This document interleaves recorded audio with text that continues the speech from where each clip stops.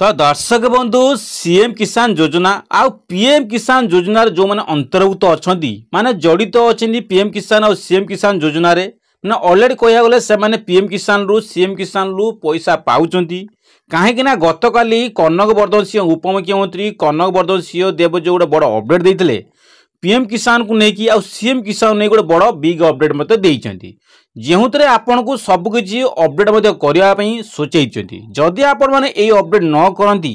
ताहले पीएम किसान हो आपन सीएम किसान योजना हो जहाँ भी आप लाभ पाऊले किसी लाभ पाइबे आगामी दिन में आपड़ सबुथ वंचित रे। तो कौनटा अपडेट कहते ता पूर्व आपड़ देखु आपड़ पीएम किसान बा सीएम किसान ऑलरेडी सीएम किसान सरकार कौन करते आपन को गोटे किस्ती 2000 दौले वर्ष को आप दुईटी किस्ती दौले कौन ना आप सीएम किसान योजना ना दीटा किस्ती वर्ष को दौले पाखापाखि आप देले 4000 टाँग आप सीएम किसान पाँच आउ आप पीएम किसान योजना जो अंतर्भुक्त अच्छा से सीएम किसान कौन हो पीएम किसान योजना वर्ष को 3टी किस्ती आसे जोटा आपंकर गोटे 2000 पुणी आपंकर 4 मासर 2000 पुणी 4 मासर गोटे हूँ 2000 तो कह गले 6000 टका आप कौन कहते पीएम किसान योजना पाँच तो पाखापाखि 4000 पाँच वर्ष को 6000 टका वर्ष को लाभ पाँच आ जो मैंने भूमिहीन रही से 12500 प्राप्त होची। तो एसबू दृष्टि सरकार कौन अपडेट कर पीएम किसान योजना को सीएम किसान योजना नहीं कहीं आगामी दिन में सीएम किसान अक्षी तृतीया माने अक्षी तृतीया आप सीएम किसान मिलवा जाऊँगी तो सी अक्षी तृतीया पूर्व आपको यही सब अपडेट करने सरकार अपडेट कर तो से अपडेटा कौन आपको निश्चित कहमी जमा भी वीडियो स्किप करेंगे वीडियो स्किप जब आप कर दौरान कदा भी आप सबकि अपडेट पाइपर कहीं जो मैंने आजिका डेट्रे देखिए दिनकू दिन सीएम किसान और पीएम किसान रे कृषक संख्या अधिका बढ़ी चलती कहीं सरकार जो कृषि मंत्री जो कहते कनक वर्धन सिंह कहते सशक्तिकरण हम कृषक ओडिशा रे कृषक और कृषि मान सशक्तिकरण हम दिनकू दिन किपरि कृषक डेभलप हम ए नहीं कि कृषि पीएम किसान योजना सीएम किसान योजना को नहीं सी कौन अपडेट मत देउछंती जो समस्त को पीएम किसान जड़ित कराब से लाभ मिल तो ये नहीं कौनटा अपडेट कर देखो सर बर्तमान शेष जा देखु शेष जा देखले अपडेट जानीपारे आगामी दिन आप फायदार रही पारे। कृषि और कृषक सशक्तिकरण विभाग कार्यर समीक्षा कले उपमुख्यमंत्री श्री के सिंहदेव सीएम और पीएम किसान योजना हिताधिकारी ईकेओसी वेरिफिकेशन परामर्श दी कहला कथा उपमुख्यमंत्री कनक वर्धन सिंह सीएम और पीएम किसान योजना हिताधिकारी मैंने ऑलरेडी जो मैंने पीएम किसान टंका पाँच से ईकेओसी प्रक्रिया करने वेरिफिकेशन करने परामर्श देती उपमुख्यमंत्री कनक वर्धन सिंह से कहते कौन पर ये अपडेट ना देखा कौन पर ये सब सिस्टमेटिकली कहीं अपडेट कहीं कौन कर कारण सबकि आप वीडियो शेष देखले कहीपरि खिलाफ कले अधिकारी विरोध में कार्यानुष्ठान ग्रहण कराब जो मैंने अधिकारी अच्छा ईकेओसी चेक करुँच खिलाफ करती से कार्यानुष्ठान ग्रहण कराब कहीं जो मैंने ऑलरेडी बिना ईकेओसी पैसा पाँच जदि ए क्षेत्र में खिलाफ करती अधिकारी से कार्यानुष्ठान ग्रहण कराब जेहुतरे देखो जेहुतरे भुवनेश्वर स्थित लोकसभा भवन स्थित सम्मिलन में कक्षे आज उपमुख्यमंत्री तथा कृषि और कृषक सशक्तिकरण और शक्ति मंत्री श्री कनक वर्धन सिंह उपमुख्यमंत्री कौन कहते अध्यक्षार दुईटी समीक्षा बैठक अनुष्ठित होता यही सूचना नहीं लोकसभा कौन अच्छी भवन स्थित कौन सम्मिलन में कृषक और कृषक सशक्तिकरण क्षेत्र में किपर उन्नतमूलक हम और शक्ति मंत्री कनक वर्धन सिंह कहते किपर ए नहीं किपर सशक्तिकरण हम कृषि क्षेत्र में ए नहीं दुईटी समीक्षा बैठक अनुष्ठित होता दुईटी बैठक अनुष्ठित होती जो कृषि विभाग अधीन चलता निर्माण कार्य यथा इमेजर भित्तिभूमि विकास कृषि उद्योग निर्माण और मिलेट इत्यादि फूड कोर्ट निर्माण इत्यादि आगृति उपमुख्यमंत्री सिंहदेव कहते और आसंता सेप्टेम्बर मास कौन कर देखो डेट मत दिखाई आसंता जो सेप्टेम्बर मास सुधा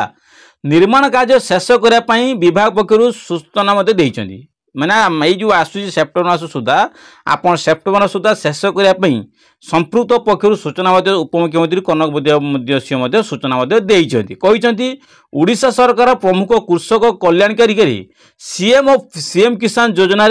संप्रति 45,60,000 चाषी अंतर्भुक्त होती कौन ना 45,60,000 अंतर्भुक्त होती सीएम किसान योजना प्रतिवर्ष सेमानकर 2000 लेखा दुईटी किस्ती प्रदान कराउछि। प्रतिवर्ष दुईटी किस्ती 2000 4000 टा प्रदान कराउछि। चलित वर्ष 6,71,71,000 नूतन चाषी पंजीकरण पर आवेदन करिसेंती। नुआ पंजीकरण केते करछंती 6,61,000 नुआ एप्लाई करिसेंती। सही बोली देखो पाखापाखि प्रति वर्ष एति एप्लाई करोछन। आउरी एते भी वंचित अच्छा जो सीएम किसान योजना हो बा पीएम किसान योजना वंचित अच्छा। सही बोली पीएम किसान योजना अधीन प्राय 35 लाख चाषी अंतर्भुक्त हो सारे। सीएम किसान योजना अंतर्गत हिताधिकारी निजर ईकेओसी और आधार स्थित संबंधित सूचना अपडेट कौन कहते आप अंतर्गत सीएम किसान योजना ईकेओसी देखो ईकेओसी आधार तथा जमी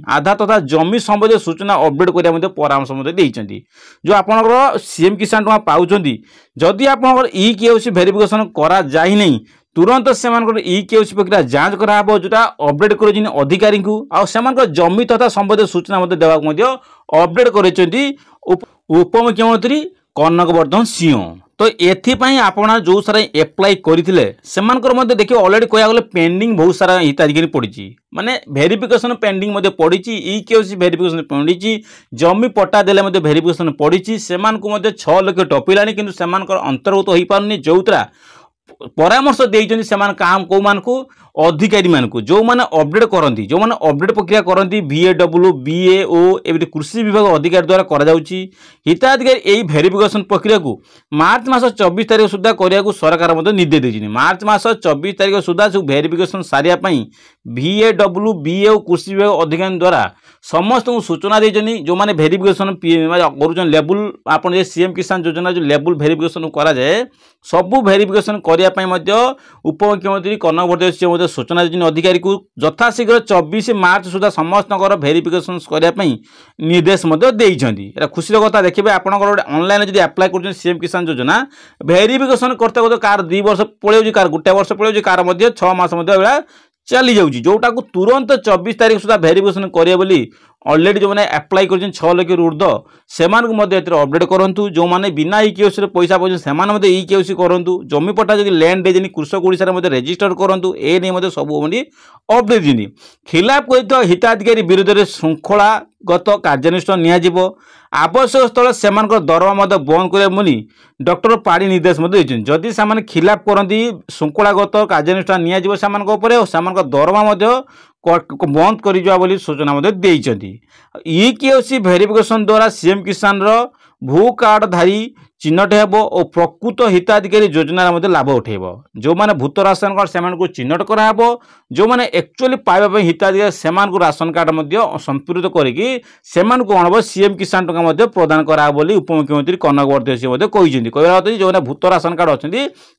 बाद देवाई सूचना देते। जो मैंने एक्चुअली पाइबापी से वेरिफिकेशन यथाशीघ्र 24 मार्च सुधा एप्लाई कर जो मैंने 24 तारिख सुधा वेरिफिकेशन सबकि वेरिफिकेशन कंप्लीट कर ए नहीं सूचना देते। से कहते राज्य में विशेष भाव में अनुन्नत जनजाति संख्या 78,876 से हिताधिकारी भितर सीएम किसान योजना पीएम किसान भली कल्याणकारी योजनार अंतर्भुक्तकरण उपमुख्यमंत्री कनकवर्धन सिंह गुरुत्व देते। तो एतिर जो कनकवर्धन सिंह गुरुत्व देते सीएम किसान और पीएम किसान भली कल्याणकारी योजन अंतर्भुक्तकरण करने सूचना देते।